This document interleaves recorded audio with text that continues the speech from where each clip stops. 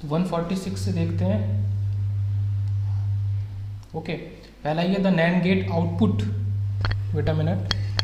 Okay, the NAND gate output will be low if the two inputs are, अगर हमारे दोनों input क्या होंगे, तो एंड में क्या होता है, एंड का अपोजिट हो जाएगा। अगर एंड में दोनों इनपुट हमारे, जैसे यहाँ पे 1 1 है, 1 1 है, तो हमारा आउटपुट हाई होगा, और नैंड में इसी का अपोजिट हो जाएगा, जो कि वो बोल रहा है लो। तो दोनों इनपुट जब 1 1 होंगे तो ही नैंड गेट में हमारा आउटपुट लो होगा। फिर आता है कि a logic gate is an electronic circuit which, तो लॉजिक गेट किस पे वर्क करता है, बाइनरी अलजेब्रा पे, मतलब 0 और 1 पे ही वर्क करता है, मतलब उसमें या तो हाई या तो लो।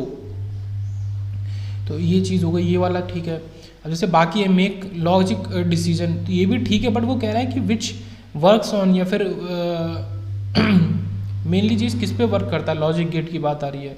तो ये कुछ हद तक ये भी ठीक है, बट ज़्यादा बेटर ये ऑल्टरनेट्स बिटवीन 0 एंड 1 वैल्यू, तो ऐसा नहीं है। उसके बाद आता है अलाउज इलेक्ट्रॉन फ्लो, तो ये सब भी नहीं है। उसके बाद आता है 151, यहाँ पे क्या कह रहा है कि फ्रिक्वेंसी डिवीजन सर्किट की बात कर रहा है। Frequency division circuit, determine the output frequency for a frequency division circuit that contain 12 flip flop with input clock frequency of 20.8 hertz. तो 20.8 हर्ट्ज है और 12 फ्लिप फ्लॉप को वो यूज़ कर रहा है, 20.8 मेगा हर्ट्ज है। इसको थोड़ा डिटेल में देख लेते हैं। क्वेश्चन नंबर 151 को,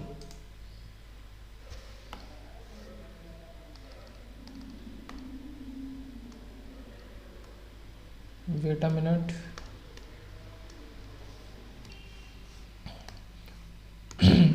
तो यहाँ पे दो चीज़ यूज़ करनी है, जैसे आउटपुट फ्रिक्वेंसी हमसे पूछा गया, अब देखते हैं, ठीक है, फाइनली 151 का। तो यहाँ पे इनपुट फ्रिक्वेंसी जो हमारी है upon number of flip flop, ठीक है, ये चीज़ है। बट यहाँ पे थोड़ा सा हमारा एक चीज़ अलग होगी। वो अलग चीज़ क्या है कि इनपुट फ्रिक्वेंसी तो आपकी इससे 20.8 मेगा हर्ट्ज है, तो वो 28 और इसमें 10 की पावर 6 आप मल्टीप्लाई कर देंगे, तो यहाँ पे ये 5 जीरो आ जाएंगे, 1 2 3 4 5। ये पूरी आपकी फ्रिक्वेंसी हुई 20.8 मेगा हर्ट्ज का। मतलब ये नंबर ऑफ फ्लिप फ्लॉप जब हम यूज़ करेंगे तो हम ये 2 के ऊपर उसको चढ़ाएंगे। मतलब अगर 12 फ्लिप फ्लॉप है तो हम इस टर्म को यूज़ करेंगे जब उसका डिवीज़न करेंगे, ना कि 12 से डिवीज़न करेंगे, हम इससे डिवीज़न करेंगे, ये याद रखेंगे। 2 की पावर 12, अगर 8 फ्लिप फ्लॉप होते तो 2 की पावर 8, 2 की पावर 12 में हमारा 4096। अब आप इससे इसको डिवाइड कर देंगे तो आपको आंसर मिलेगा, आप इनको तो अलग कर लो, ये आपका 10 की पावर 3 मतलब किलो हर्ट्ज में आ जाएगा। अब अगर आप इसको इससे डिवाइड करेंगे, इस पूरे को 20800 को लगभग, तो आपका वो 5 देगा। तो इसकी वजह से ये हमारा सॉल्व होकर क्या आ गया, 5 kilo hertz. Okay, 5 kilo hertz, ये हमारा आंसर आ जाएगा। तो यहाँ पे इजी है, जो हमने 20.8 मेगा हर्ट्ज है इसको 2 की पावर 12 से डिवाइड किया है, ना कि 12 से। ये यहाँ पे मेन चीज़ थी। तो इसी तरीके का और भी क्वेश्चन आ सकता है।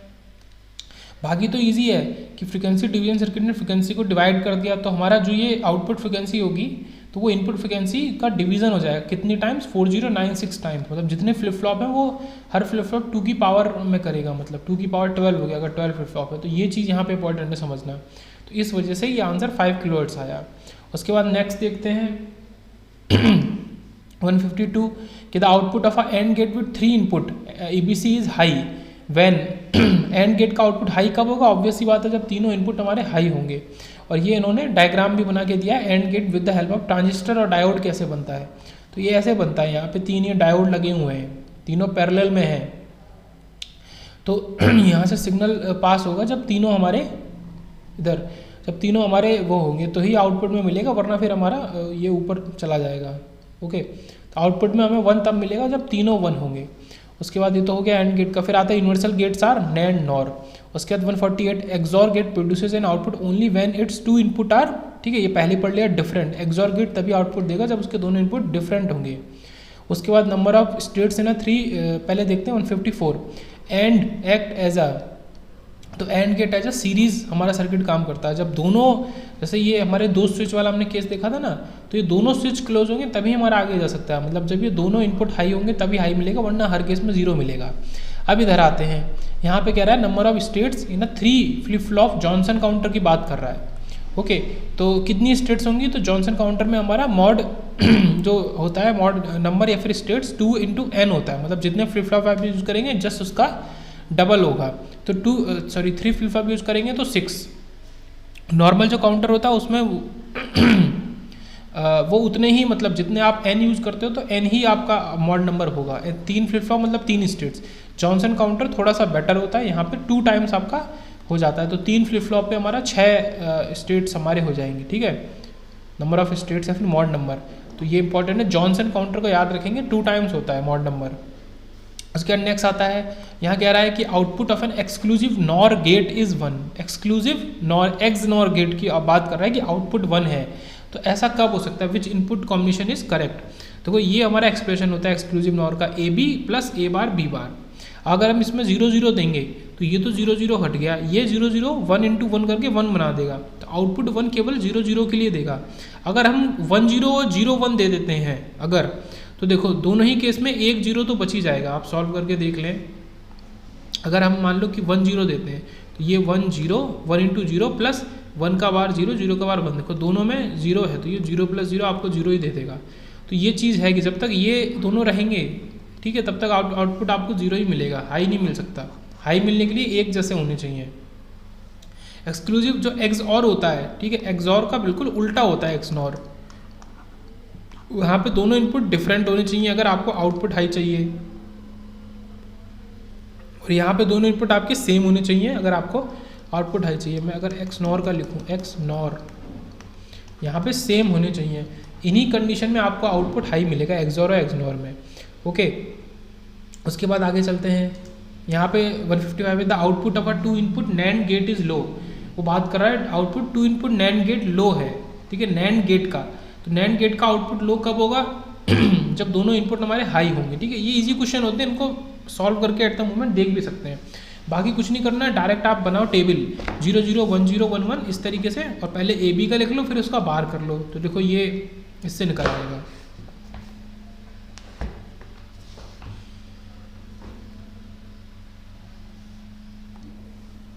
नेक्स्ट देखते हैं 157 कि if one of the inputs of a XOR gate is high. Exclusive OR में एक इनपुट हाई है, the output will be complement of the other input. तो ये चीज़ यहाँ पे समझनी जरूरी है कि अगर एक इनपुट हाई है, मान लो ए और बी में एक को तुम 1 कर दो, मतलब एक को तुम 1 दे रहे हो और यहाँ पे बी दे रहे हो, तो इसको तुम इसी में अप्लाई करो। देखो A B bar plus A bar B, अगर ए 1 है तो ये ए बार तो हो जाएगा 0, तो ये टर्म तो गया। अब हमारे पास बचा क्या, केवल ये टर्म, और इसमें क्या बचेगा, केवल बी बार। तो जो आउटपुट होगा वो complement of the other input होगा। तो ये चीज़ ज़रूरी भी, जैसे हमने पहले हम टेबल बना लेते हैं, ठीक है, ये टेबल बनाई और हमने क्या कहा कि केवल अपोजिट डिफरेंट में हमें हाई मिलता है। अगर हमने कहा कि एक इनपुट को हमने हाई कर दिया, देखो ये हमने कर दिया, मतलब वो इस केस की बात कर रहा है कि एक इनपुट को हाई कर दिया, या तो ये केस हो गया या ये वाला केस हो गया जिसमें बी को हाई कर दो, कोई भी ले सकते हो। जब तुमने इसको हाई कर दिया तो जो आउटपुट मिल रहा है, देखो 0 का कॉम्प्लीमेंट 1 का कॉम्प्लीमेंट, मतलब अदर वाले का कॉम्प्लीमेंट मिल रहा है। तो मतलब बहुत सारे तरीकों से प्रूफ हो रहा है, तो यही आंसर हो जाएगा। उसके बाद बात करते हैं complement of A B plus B C bar plus C D bar. इसका कॉम्प्लीमेंट हमें बताना है, तो ये पूरा लंबा सा है, ओके, और इसमें कोई और तो तरीका है नहीं सॉल्व करने का। आपने पूरा इसमें दो, एक तो यही तरीका है कि ये जो पूरा आपका एक्सप्रेशन था A B plus B C bar plus C D bar, आपने ये पूरा कॉम्प्लीमेंट लिया, फिर आपने उसको और ब्रेक किया। जब यहाँ पे ब्रेक किया तो ये आपका पॉजिटिव, ये मल्टीप्लिकेशन हो गया। उसके बाद ये तो इसी पे कॉम्प्लीमेंट चढ़ ही गया, तो ये आपका सी डी बार का होल कॉम्प्लीमेंट, तो ये क्या बन जाएगा, सी बार और प्लस ये बीच का एंड बन जाएगा प्लस, ये प्लस बन गया, और डी पे डबल बार वो केवल दे देगा ये डी। तो देखो ये तो इस तरीके से आया, सी बार प्लस डी। उसके बाद इसमें भी यही चीज़ करेंगे, ये पूरा कॉम्प्लीमेंट है तो बीच का ये क्या हो जाएगा, एंड बन जाएगा प्लस, ये एंड बन गया, इसके बीच का जो एंड है वो प्लस बन गया, ऐसे इनके बीच का एंड प्लस बन गया, फिर ये सी का डबल बार केवल सी बन गया, और ये इस तरीके से आ गया A bar plus B bar into B bar plus C into C bar plus D bar. But कुछ केसेस में आपको आंसर में यहीं तक पूछ लेगा, ठीक है, ये आपने निकाल लिया तो लगभग आपका आंसर आ गया, अच्छी बात है। बट यहाँ पे और ज़्यादा पूछ रहा है, ये आपका ऑप्शन में है ही नहीं, आपको इसको भी फर्दर सॉल्व करना है। तो एक तो ये चीज़ है। दूसरा क्या तरीका हो सकता है, आप हिट एंड ट्रायल करें कि आप कुछ वैल्यूज़ ले लें। ए यहाँ पे एक तो 4 वैल्यूज़ हैं तो बहुत ज़्यादा दिक्कत है, आप उनकी कुछ वैल्यू ले लें, मान लो ये वैल्यू ले लो, हिट एंड ट्रायल से यही होता है, या आपने वैल्यू ले ली, इसको आप इसमें रखो, इन वैल्यूज़ को 0 1 0 1 करके, फिर इसको सॉल्व करो, देखो आउटपुट क्या आता है। अगर इसको 0 1 रख रहा हूँ तो ये 0 दे रहा है, अगर मैं B और C को 1 0 रख रहा हूँ क्योंकि यहाँ C बार है तो ये आपका 1 दे रहा है, इसने 1 दे दिया। और सी डी बार क्या देगा आपको, सी क्योंकि 0 है तो ये 0 दे देगा, तो आउटपुट 1 मिल रहा है। अब यही पॉसिबल सेट ऑफ वैल्यूज़ मैं जो कहना चाह रहा हूँ समझिए, इसी पॉसिबल सेट ऑफ वैल्यूज़ को इसके अंदर रखिए, इन चारों में से इसमें रखिए। अब वो देख लें आप कहाँ पे आपको सॉल्व हो क्या आ रहा है। मतलब ये मैं तब बता रहा हूँ जब आपका क्वेश्चन फंस गया, मतलब उसका सॉल्यूशन बहुत ज़्यादा लंबा है, क्वेश्चन आपको छोड़ना नहीं है, आपके पास टाइम है, तो उस केस में आप क्या करें। अगर 0101 आपको किसी भी में आंसर 1 दे रहा है और बाकियों में नहीं दे रहा है तो वो ऑप्शन ठीक है। अगर किन्हीं 2 में दे रहा है तो फिर आप एक दूसरा सेट ऑफ वैल्यू रखो। ओके, तो उस सेट ऑफ वैल्यू को फिर से पहले तो आप इसमें अप्लाई करके देखो, जो आपका ये है वो वैल्यू क्या दे रहा है, फिर ये जो 2 बचे मान लो उसमें से क्या दे रहा है। जैसे कि अगर देखें कि 0101 यहाँ क्या देगा, तो ये 0 का दे देगा 1, ये तो 0 दे देगा क्योंकि इसमें सी है और सी 0 है, फिर इसमें भी सी है सी 0 है, इसमें बी बार डी है, ये भी 0 दे देगा, बी बार आपका क्या हो जाएगा 0 और 0, तो ये 0 दे देगा।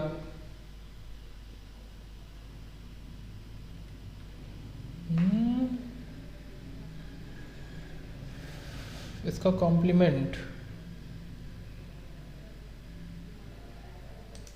हाँ तो यहाँ पे सही है क्योंकि ये तो कह रहा है ना इसका कॉम्प्लीमेंट, अगर ये इन वैल्यूज़ पे ये 1 दे रहा है, थोड़ा सा टाइम लेके समझते हैं। अगर यही एक्सप्रेशन आपका, ये एक्सप्रेशन इन वैल्यूज़ पे 1 दे रहा है तो ये 0 देना चाहिए क्योंकि जो आंसर है वो क्या है, वो इसका क्या है कॉम्प्लीमेंट है। तो ये जो पहला है ये 0 दे रहा है, आप इसमें ये वैल्यूज़ रख के देख लो, ये 0101 देखो सी की वैल्यू 0 है क्योंकि सी इसमें आ गया तो ये पूरा एक्सप्रेशन 0, सी इसमें आ गया ये पूरा एक्सप्रेशन 0, और ये बी बार डी आ गया, देखो बी 1 है, बी का बार 0 तो ये भी 0, देखो ये 0 दे रहा है, हमें कॉम्प्लीमेंट ही चाहिए था। ओके, बाकियों में देख लो, देखो इसमें सी बार है तो ये हमारा 1 हो गया, और ए बार ये भी 1 हो गया तो ये हमें 1 दे देगा, तो डी हमें 1 दे देगा, जबकि आंसर कॉम्प्लीमेंट मिलना चाहिए। तो इसी तरीके से हिट एंड टाइल से आप इनको एलिमिनेट कर सकते हैं। ये ऑप्शन एलिमिनेट हो गया, ऐसे ही बाकी ऑप्शन भी हो जाएंगे। तो ए ऑप्शन आपका 0 दे रहा है, और क्योंकि इसका कॉम्प्लीमेंट है, अगर ये 1 देगा तो ये 0 देना चाहिए, ऑब्वियस ही बात है। तो ये चीज़ हो गई। उसके बाद यहाँ पे आते हैं कि ये पूछा, इसमें ट्रुथ टेबल दे दिए कि ये ट्रुथ टेबल किस गेट की है हमारी। ओके, तो देखो अगर सेम है तो ये हाई दे रहा है, और अपोजिट है तो ये लो दे रहा है। ऐसा हमने कहाँ देखा है, ऐसा हमने देखा है एक्सनॉर में, ठीक है। एक्सॉर में इसका उल्टा होता है, ये अगर अपोजिट है तो ये 0 दे रहा है, इसी का जस्ट उल्टा, मतलब अगर 0 1 1 0 लिखें तो ये किसका हो जाएगा, एक्सॉर का हो जाएगा। ये किसका है, एक्सनॉर का। उसके बाद आते हैं 162 पे कि when transistors are use in digital circuit they usually operate in the, transistor को जब डिजिटल सर्किट में यूज़ करते हैं तो किस में ऑपरेट करते हैं, वो सैचुरेशन रीजन मतलब कि हाई 1, और कट ऑफ रीजन मतलब 1 और 0 में ऑपरेट करते हैं ना। तो हमारे लॉजिक गेट किस में ऑपरेट करते हैं, बाइनरी में 1 0 में, तो इसीलिए सैचुरेशन रीजन और कट ऑफ रीजन। उसके बाद इस पे आते हैं कि एक्स वाई इंटू एक्स बार वाई जेड प्लस एक्स बार वाई बार, मतलब ये जो डैश लगा है ना इसका मतलब यही होता है एक्स के ऊपर बार, ये एक ही बात हो गई दोनों। तो ये चीज़ है, और ये पूरा एक्सप्रेशन है। तो इस एक्सप्रेशन को हमें बताना है कि the following expression when simplified will become, ये क्या बन जाएगा। तो इसको आप इसमें मल्टीप्लाई कर करके सॉल्व कर लो, जहाँ से जो निकले सब कुछ। यहाँ पे प्रॉपर्टी लगी है कि एक्स इंटू एक्स बार हमारा क्या होगा 0, और ऑब्वियस ही बात है अगर आपको एक्स को 1 लोगे तो उसका बार 0 बना देगा, अगर एक्स को 0 लोगे तो 0 इंटू उसका बार बनाएगा तो वो फाइनली 0 ही मिलेगा। तो आंसर ये पूरा आपका 0 ही दे देगा, ये सॉल्व करके लाना था।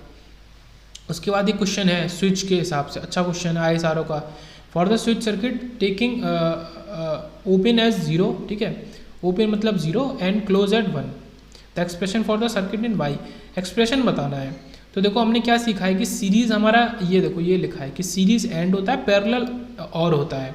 तो जब यहाँ पे सीरीज़ एंड होगा मतलब ये ए के संग ये पूरा क्या है सीरीज़ में है, ये चीज़ पूरी सीरीज़ में है। तो ए डॉट बी और सी सीरीज़ में है, और ये पूरा बी सी इसके संग डी के संग पैरेलल में है। तो ये इस तरीके से हो जाए कि A dot B C plus D, देखो ये हमारा ऑप्शन इसमें आ रहा है।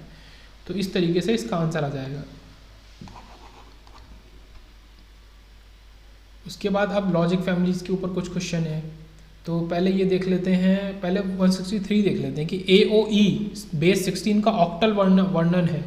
ये तो पहले से क्वेश्चन हम देखते आ रहे हैं, ये हेक्साडेसिमल को ऑक्टल में चेंज करना है। तो क्या आपने सीखा है, हेक्साडेसिमल को पहले 4-4 के ग्रुप में इनको ब्रेक कर लो बाइनरी के फॉर्म में, फिर इनकी ग्रुपिंग 3-3 की करो, और 3-3 की ग्रुपिंग करके फिर आप इनका नंबर वापस से लिख दो, तो ये AOE हमारा बन गया 5016 ऑक्टल में, ठीक है 5016। ये तो पुराना ही क्वेश्चन था। उसके बाद ये पूछ रहा है कि IC integrated circuits were used in, तो इंटीग्रेटेड सर्किट हमारे कब यूज होते थे? तो थर्ड जनरेशन कंप्यूटिंग डिवाइसेस में हमारा इंटीग्रेटेड सर्किट्स ही यूज होते हैं। ICs हमारा थर्ड, वो भी मतलब first second third fourth third generation में हमारा ICs यूज होना शुरू हुआ, ये हमें याद रखना है। उसके बाद the CMOS circuits on below implements the function, ये CMOS सर्किट है तो ये किस तरीके का फंक्शन इम्प्लीमेंट करेगा हमको ये बताना है। तो इस क्वेश्चन में क्या देखना है, इसमें दो बातें हैं, एक तो ये यहाँ पे डॉट होना चाहिए, इसको डॉट, ओके। यहाँ पे क्या है कि अगर आप इसमें सॉल्व करने का तरीका, जैसे ये मैंने ग्रीन से किया बाउंड्री, आप केवल एक उसको देखो, ये CMOS है, इसमें PMOS और NMOS दोनों हैं हमारे, ओके। ये आउटपुट यहाँ मिलेगा, तो एक सर्किट तो ऊपर का हो गया, एक सर्किट नीचे का हो गया, ये दोनों में ही ABCD का कॉम्बिनेशन है, बस उसका अपोजिट है। तो हम इसको सॉल्व करते समय या तो आप नीचे वाले को लो या तो आप ऊपर वाले को लो, आप दोनों को नहीं ले सकते, ओके। एक को देखो केवल एक बार में। तो मान लो जैसे ऊपर वाले को ही हम देखते हैं, हमने माना ये जो इस तरीके से सीरीज में जुड़े हैं ये दोनों एंड हैं, ओके। तो ये क्या हो गया A.B, फिर इसके संग इसी के संग ये यहाँ पैरेलल में जुड़ा है आके, तो ये +C, तो ये क्या बन गया हमारा A.B +C, फिर ये पूरा एक हो गया ब्रैकेट में। फिर उसके संग जैसे A के संग B था, अब इस पूरे जो ये पूरा सर्किट है इतना, इसके संग ये D है तो ये भी डॉट ही हो जाएगा, तो ये हमारा A.B +C × D, ये इस तरीके से आ जाएगा। अब क्योंकि CMOS में है तो आप इसको ऊपर ये लगा देंगे, तो इस हिसाब से या तो ये सही होना चाहिए इसमें क्वेश्चन में ऑप्शन बी वाला A.B +C × D, या तो ये सही होना चाहिए, या इसका अपोजिट, अगर आप A और B को बीच में प्लस लेते हो तो फिर ये ठीक है A + B, फिर C उसके संग मल्टीप्लिकेशन में C, फिर A + B है तो D भी प्लस होगा तो +D कॉम्प्लीमेंट, तो C भी हो सकता है सही और B भी हो सकता है। इसको थोड़ा सा चेक करेंगे बाद में, ओके। ये जो है कि ये एक साथ ऐसे जुड़े हैं CMOS के अंदर, तो उनको प्लस लेना है कि हमारा क्या लेना है वो हमें देखना पड़ेगा। और आगे चलते हैं, और एक दो क्वेश्चन आएंगे उससे वेरीफाई हो जाएगा। फिर इधर आता है कि the voltage level for a negative logic system, ये क्वेश्चन पहले आ चुका है कि कुड भी नेगेटिव और पॉजिटिव दोनों हो सकता है। उसके बाद आता है ये क्वेश्चन अच्छा है कि 7404 इज़ अ, ये क्या है, एक तरीके का हेक्स इन्वर्टर है हमारा, इन्वर्टर वो भी हेक्स टाइप का, तो 7404 is a hex inverter, 7404 is a hex inverter. उसके बाद 166 पे आता है कि for CMOS implementation 2 input XOR logic and how many NMOS एंड PMOS ट्रांजिस्टर्स आर रिक्वायर्ड। तो ये मतलब एक फैक्ट टाइप का क्वेश्चन है कि CMOS इम्प्लीमेंटेशन के लिए 2 इनपुट एक्सॉर लॉजिक गेट के लिए हाउ मेनी NMOS और PMOS हमें चाहिए रहेंगे। तो हमारा ऑप्शन है कि 6 NMOS और 6 PMOS। अच्छा, यहाँ पे इक्वली नंबर में NMOS और PMOS इक्वल नंबर में आएंगे, क्योंकि एक NMOS और एक PMOS बना के एक CMOS बनाता है, ओके। तो इक्वल नंबर ही होगा, बाकी सारे ऑप्शन में इक्वली नंबर दिया, बट कितना होगा वो हमको देखना है। तो इसमें हमें कितने चाहिए रहेंगे NMOS PMOS? 6 चाहिए रहेंगे पूरे। एक तो A.B बार और फिर A.B हमारा है, तो ये फिर इनके बीच में प्लस है, तो वो और के लिए भी चाहिए, एंड के लिए चाहिए, ये एंड के लिए चाहिए, ये इसको हटाओ, इसमें क्या समझो कि ये एंड हो रहा है, ये एंड हो रहा है, तो 2 इसमें चाहिए, 2 इसमें चाहिए, फिर और हो रहा है उसके लिए भी चाहिए, तो इस हिसाब से ये हमारे पूरे 6 हो गए। तो अगर एक्सॉर गेट हमें बनाना है, एक्सॉर लॉजिक, तो NMOS PMOS हमें 6 चाहिए दोनों। उसके बाद आता है कुछ क्वेश्चन अलग हैं कि the figure of merit for the logic family, 169 पे आता है कि फिगर ऑफ मेरिट क्या होगा। बहुत ही इंपॉर्टेंट क्वेश्चन है ये। Propagation delay time into power dissipation, तो propagation delay time into power dissipation का प्रोडक्ट होगा हमारा फिगर ऑफ मेरिट। ये यहाँ अलग से भी लिखा है कि फिगर ऑफ मेरिट इज हमारा प्रोपोगेशन डिले टाइम नैनोसेकंड में और पावर डिसिपेशन मिली वॉट में, तो इनका हमारा प्रोडक्ट होगा figure of merit of a logic family. उसके बाद आता है कि not which one is a not gate, ठीक है। नॉट गेट कौन सा है, तो नॉट गेट सीधे से ये हमें दिख रहा है, इसमें हमने x दिया तो वो x बार बना देगा, तो ये सीधे से हमारा नॉट गेट हो गया। उसके बाद आता है कि ECL, हमारा ECL एमिटर कपल्ड लॉजिक, तो मेजर एडवांटेज क्या है हमारे ECL का, एमिटर कपल्ड लॉजिक का मेजर एडवांटेज क्या है, तो इसकी स्पीड बहुत हाई होती है। तो ECL emitter coupled logic, current mode logic families भी कहते हैं इसको, करंट मोड। ओके, इससे सर्वाधिक तेज गति से काम करने वाला लॉजिक फैमिली है। इसका प्रोपगेशन डिले जो होता है 1 से 2 नैनो सेकंड होता है केवल। सभी लॉजिक फैमिली में नॉइज इम्यूनिटी और पावर डिसिपेशन वर्स्ट है। इसका जो नॉइज इम्यूनिटी और पावर डिसिपेशन है ये सबसे ज़्यादा बेकार है सभी लॉजिक फैमिली में। और हाई लेवल 0.8 वोल्ट होता है ECL का, और बाकी सारी चीज़ें, तो ये फास्ट होता है ECL हमारा। इसका मेन एडवांटेज ये है कि ये वेरी फास्ट होता है। उसके बाद फिर आता है कुछ कि which of the following logic family dissipate minimum power. तो हमारा CMOS हमेशा जाना जाता है सबसे कम पावर डिसिपेट करने के लिए। अगर आपको पावर बचानी है, पावर एफिशिएंट कोई भी लेना है ट्रांजिस्टर लॉजिक, तो आप CMOS को लें। फिर आता है इधर, ये हमने ऊपर पढ़ ही लिया था कि which has the following lowest propagation delay time 176 में, ठीक है। तो सबसे कम प्रोपोगेशन डिले टाइम हमारा ECL का होता है 1 से 2 नैनो सेकेंड।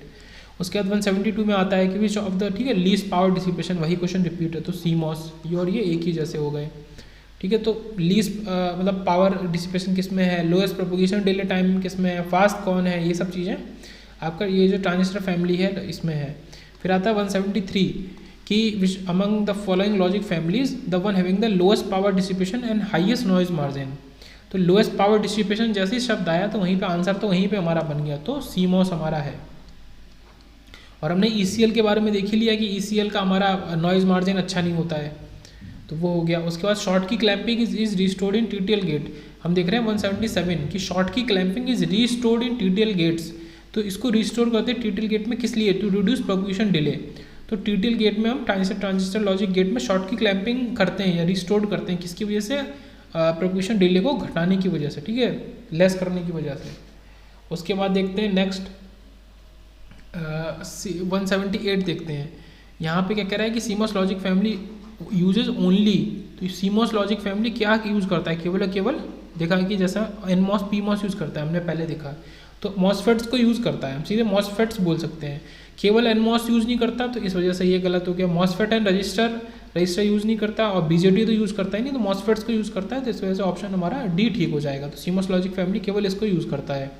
अब यहाँ पे क्या है, ये थोड़ा सा अलग तरीके का क्वेश्चन DRDO में पूछा था, बट नॉर्मली तो नहीं पूछ सकता, बट हाँ इंजीनियरिंग सर्विसेज गेट डेट में the specification of a TTL logic family gate are, ठीक है, IOH दिया है, IOL दिया है, ये तो I के वो हो गए, ये आउटपुट के साइड के हो गए, ठीक है, IOH और IOL, output high output low.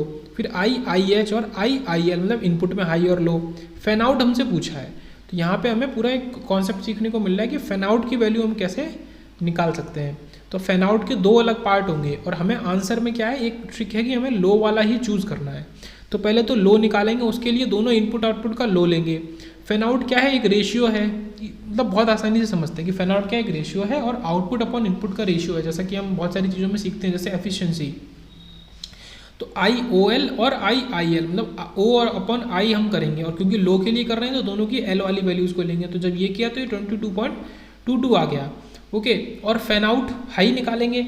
अच्छा, ये जो लो लिखा है, लो का मतलब कि इन दोनों वैल्यूज़ में से जो लो होगा, ये नहीं कि लो वाला, फैन आउट लो नहीं, सॉल्व हमें दोनों करने पड़ेंगे, उनमें से जो लो वैल्यू होगी उसको सिलेक्ट करेंगे। फैन आउट हाई की बात कर रहे हैं तो IOH अपन IIH, तो ये वैल्यूज़ जो वहाँ पे दी हैं, ये -4 एम्पियर ये है, तो सॉल्व करके ये इसका वो ले लेंगे मैग्नीट्यूड, तो माइनस हट जाएगा तो 20 देगा। अब दोनों में मिनिमम जो है वो हमारा आंसर हो जाएगा, तो 20 आंसर हो जाएगा, ना कि 22.22। तो फैन आउट गेट का क्या होगा, 20 होगा। तो फैन आउट वाले क्वेश्चन इतने हार्ड नहीं है, ओके, हो जाएंगे। उसके बाद आते हैं 175 पे कि following fights application the pocket calculator. तो पॉकेट कैलकुलेटर में हमारा CMOS होता है, क्योंकि सबसे कम पावर लेता है, क्योंकि CMOS सबसे ज़्यादा यूज़ होने वाला हमारा है डिवाइस। उसके बाद आते हैं 179 पे, the range of output voltage, ठीक है, range of output voltage when circuit changes from one state to another is. Output voltage की रेंज कितनी होनी चाहिए, तो 0.5 से 50 नैनो सेकेंड हमारा होना चाहिए रेंज। तो ये क्वेश्चन इंपॉर्टेंट है काफ़ी, ओके। यहाँ पे पूरी वैल्यू की बात कर रहा है, कितनी बात कर रहा है, 0.5 से 50 नैनो सेकेंड जब एक स्टेट से दूसरे स्टेट में जाता है, तो ये हमारी रेंज होगी पूरी, ओके। उसके बाद 180 पे आते हैं कि Y is fan out very high for MOS logic gate. तो MOS लॉजिक गेट के लिए फैन आउट बहुत ज़्यादा हाई क्यों है, because they have very high input impedance, क्योंकि उनका इनपुट इम्पिडेंस बहुत हाई है, ये किसकी बात हो रही है? मॉस लॉजिक गेट्स की। तो ये याद रखेंगे, मॉस लॉजिक गेट का इनपुट इम्पीडेंस हाई है, इसलिए उनका फैन आउट भी बहुत ज़्यादा हाई होता है। उसके बाद बात करते हैं कि dash has the maximum 181 maximum fan out capacity. तो हमने ऊपर भी देख लिया था कि मैक्सिमम फैन आउट हमारा किसका है? सी मॉस का है। उसके बाद फिगर ऑफ मेरिट की बात हो रही है of a logic family is often measured in the unit of. तो फिगर ऑफ मेरिट किस में हम मेजर करते हैं? पिको जूल्स में। अच्छा, ये क्यों है? इसको भी हमने देखा था, ऊपर क्या देखा था? एक तो नैनो था यूनिट, एक हमारी ये कहाँ गया फिगर, ये फिगर ऑफ मेरिट, एक में मिली वॉट है, एक में नैनो सेकेंड है। तो नैनो और मिली बन के क्या बना देगा? पिको। तो पिको जूल्स बना देगा। तो वॉट इंटू सेकेंड तो जूल बनाएगा। ओके, हम आते हैं वापस। हाँ, तो फिगर ऑफ मेरिट की ये भी काफ़ी इंपॉर्टेंट क्वेश्चन है कि फिगर ऑफ मेरिट की हमारी यूनिट क्या होती है या कितने क्या ऑर्डर होता है? तो पिको जूल्स में उसको हम करते हैं, जूल भी, वो भी पिको जूल्स।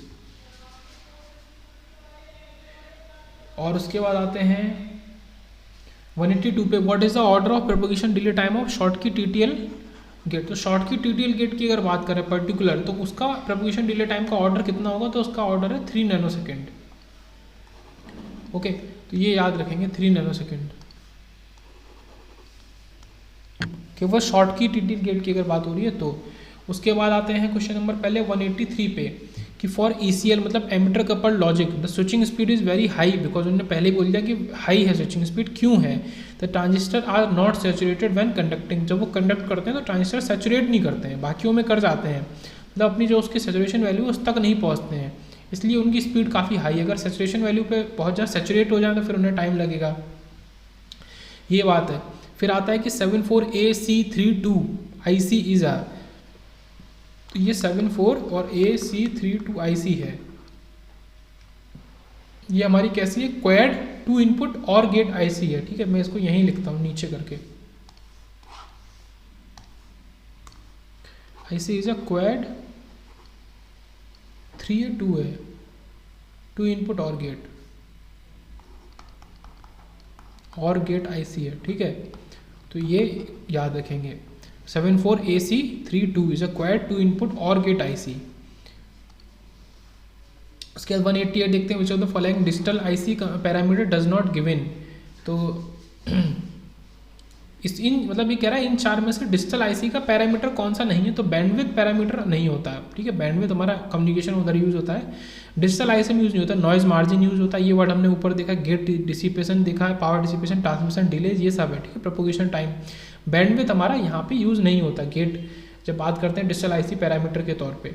फिर आता है कि the most popular IC packages. ठीक है, तो हमारा फ्लैट पैक जो है, फ्लैट पैक टाइप का IC पैकेज जो है वो सबसे ज़्यादा पॉपुलर है। एक होता है DIL डुअल इन लाइन, एक ये होता है, ये हमारा फ्लैट पैक सबसे ज़्यादा पॉपुलर है। उसके बाद ये क्वेश्चन काफ़ी ज़्यादा अच्छा है, इंपॉर्टेंट है। Arrange the following logic families in the order of increasing speed. ठीक है, इंक्रीजिंग स्पीड में हमें अरेंज करना है, मतलब बढ़ते हुई स्पीड में। तो सबसे पहले सबसे कम स्पीड वाला,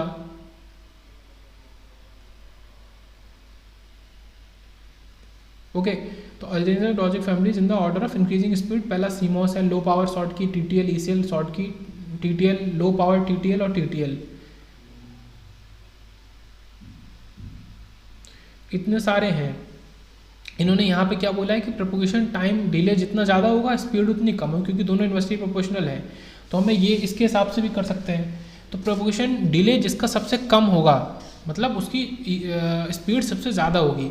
तो ये तो हमको पता ही है कि ECL की स्पीड सबसे ज़्यादा होती है, क्योंकि उसका डिले टाइम सबसे कम होता है। तो जो ऑप्शन देखेंगे उसमें सबसे लास्ट में जो होगा वो हमारा क्या होगा? ECL होगा। ठीक है, ये ECL लास्ट में है, ये बिल्कुल याद रखेंगे कि ECL हमारा लास्ट में है। ओके, अब देखो क्या क्या ऑप्शन हो सकते हैं। हमारा ऑप्शन A हो सकता है, क्योंकि उसमें ECL लास्ट में है। ऑप्शन B में पहले दे दिया इसलिए गलत। ऑप्शन C में यहाँ बीच में दे दिया इसलिए गलत। या तो ऑप्शन A होगा, या तो ऑप्शन, मैं ये सब अगर हटा दूँ एक्स्ट्रा चीज़ें, या तो ऑप्शन A होगा या तो ऑप्शन D होगा। तो देखो ECL है, उसके पहले शॉर्ट की TTL है, फिर लो पावर शॉर्ट की TTL है, फिर TTL, मतलब TTL में भी एक तो केवल TTL, वो भी लो पावर, उसकी स्पीड सबसे कम। फिर उससे एक लेवल आगे बढ़े जिसमें केवल TTL किया, उसकी स्पीड ज़्यादा। फिर लो पावर शॉर्ट की TTL, मतलब शॉर्ट की TTL के भी 2 टाइप हैं, एक लो पावर एक नॉर्मल।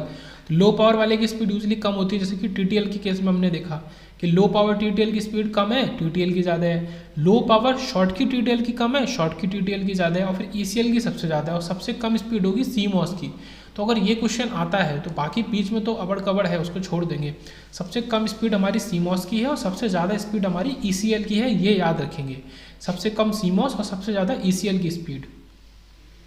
और ECL की स्पीड हमने पहले ही देख ली थी कि ज़्यादा होती है, उसका प्रोपगेशन डिले टाइम हमारा कम होता है क्योंकि।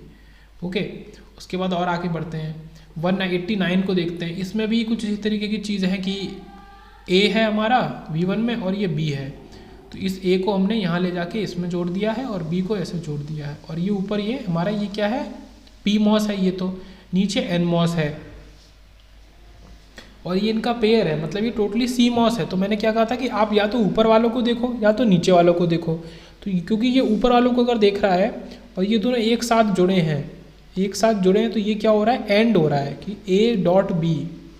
ओके, अब हमें इसका आंसर भी मिल गया जो हमारा क्वेश्चन था ऊपर, उस पर चलते हैं। ये जैसे मैंने वहाँ पे वहीं पे बोला था कि ये A.B है, तो यहाँ का जो आंसर होगा बेटर वो ये आंसर होगा, यहाँ पे डॉट हो जाएगा, तभी मैंने इसको लगाया था। ये गलत है आपका, ये यहाँ पे तो डॉट हो जाएगा, तो इसका आंसर क्या होगा, ये A.B जैसा कि दिख रहा है, फिर उसके संग C+, ठीक है, फिर ये ब्रैकेट में D डॉट, फिर इसका कॉम्प्लीमेंट, ये होगा बट यहाँ पे डॉट होगा। ओके, तो ये आंसर हो गया। यही चीज़ यहाँ पे करी है इनने। ओके, ये आपका क्या है, A.B है, A.B, और फिर उसके ऊपर कॉम्प्लीमेंट कर दिया, तो ये देखो A.B, और फिर A बार का भी मतलब उसका इंडिविजुअल कॉम्प्लीमेंट है। ये बबल क्या कह रहा है, कॉम्प्लीमेंट, तो A.B, इसका मतलब है A+B का होल बार, या फिर A+B डैश, डैश और बार एक ही बात है, मतलब A+B का डैश। तो ये चीज़ है यहाँ पे A+B का डैश, तो ऑप्शन में हमारा C ठीक हो जाएगा। तो क्योंकि A इसमें जा रहा है, आप केवल ऊपर वालों को देखते हुए सॉल्व करो, नीचे को छोड़ दो। ये हमने क्या किया है कि केवल ऊपर वालों को इनको लेके सॉल्व किया है, नीचे को छोड़ दिया। क्योंकि ये बबल है तो ये A बार है, नीचे ये B बार है, और दोनों एक साथ ऐसे सीरीज में जुड़े हैं, तो ये A.B बार हो गया, जिसको फर्दर सॉल्व करके A+B का होल बार हो गया। उसके बाद 193 पे आते हैं कि the circuit in the figure, ये ठीक है, ये हमें बताना है कौन सा गेट है ये। तो ये हमारा इस तरीके से जुड़ा हुआ है। इसकी टेबल अगर बनाएंगे कि हम 0 और 0 दें, देखो अगर इसमें भी 0 दे रहे हैं और इसमें भी 0 दे रहे हैं, तो ये जो है ये यहाँ पे VCC जुड़ा हुआ है, इस जगह इन्होंने दिखाया नहीं है, VCC है इस जगह, ये VCC हमें आउटपुट में मिल जाएगा। ओके, तो हमें हाई मिल गया, प्लस VCC मिल गया।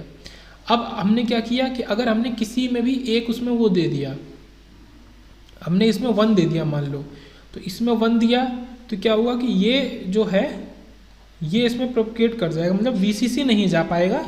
और यहाँ से जो ग्राउंड है इसका 1 देने का क्या मतलब होता है, ये थोड़ा देखो ट्रांजिस्टर अलग तरीके से काम करता है।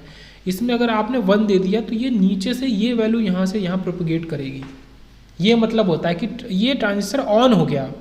ये मतलब होता है अगर मान लो B में 1 दिया है, B में 1 दिया है, तो ये जो ग्राउंड से ये ऐसे प्रोपगेट कर रहा है, ये ऐसे लूप बन रहा है, ठीक है, ये यहाँ से VCC नहीं आ पाएगा।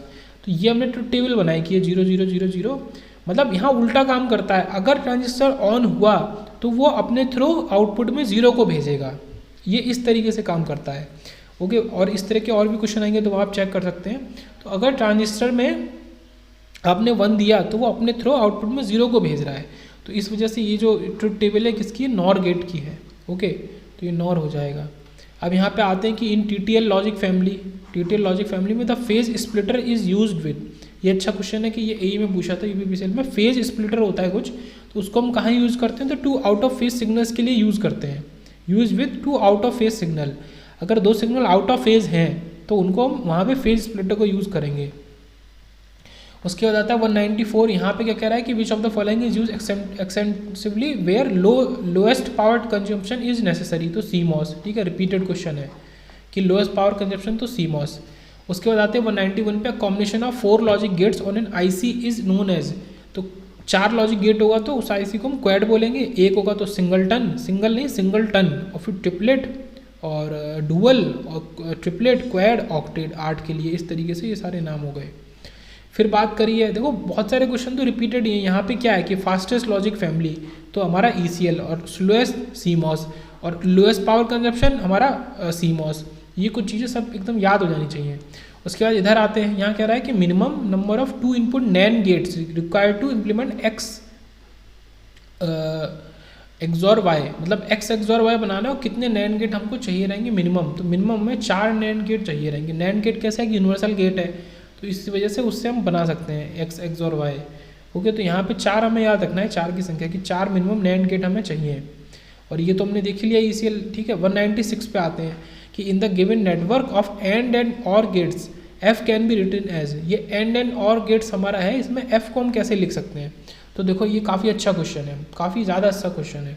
उसके पहले 199 देखते हैं।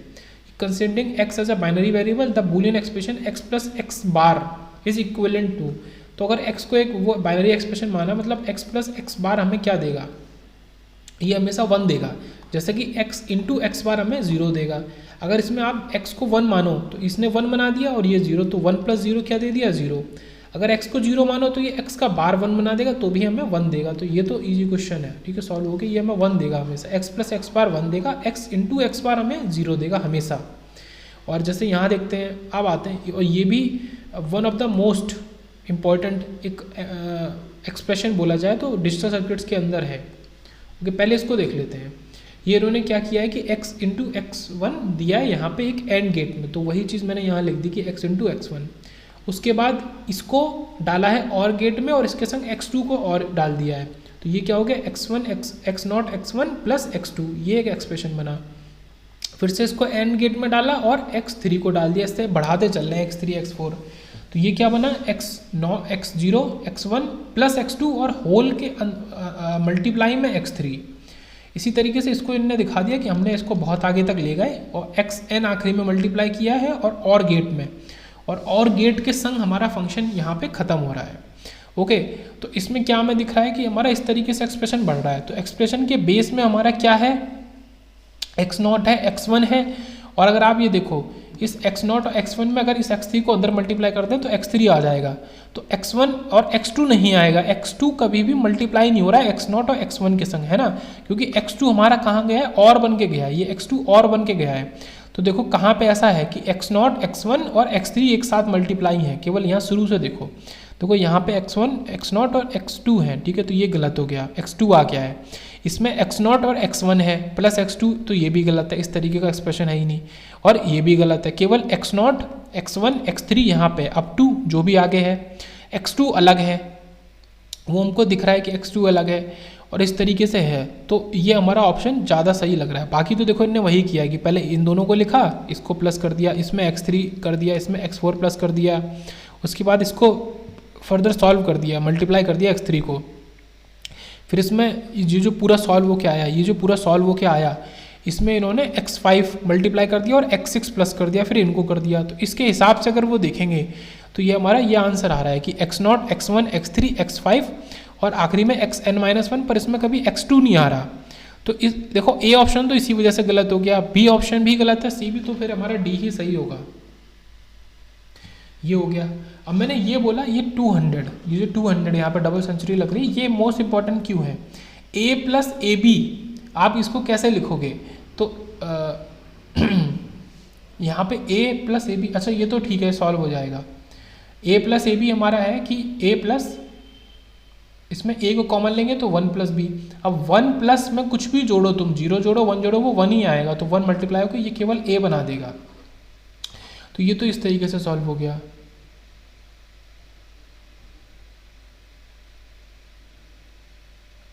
ओके, फिर आते हैं 197 लास्ट पे, पहले हमारा गेट वाले पे, लॉजिक गेट पे।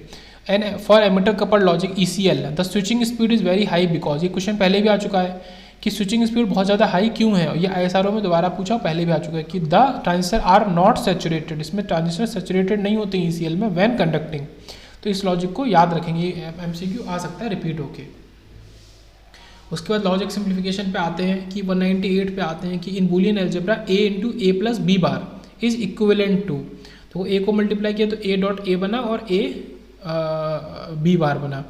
इसको हम और कैसे लिख सकते हैं, a plus A B bar, तो a into A plus A B bar क्या हो गया, a plus A B bar, और a plus A B bar में फिर वही a को कॉमन लेंगे 1 प्लस बी बार, तो ये a बना देगा। तो ये वही चीज़ है जो ऊपर 200 क्वेश्चन किया हमने।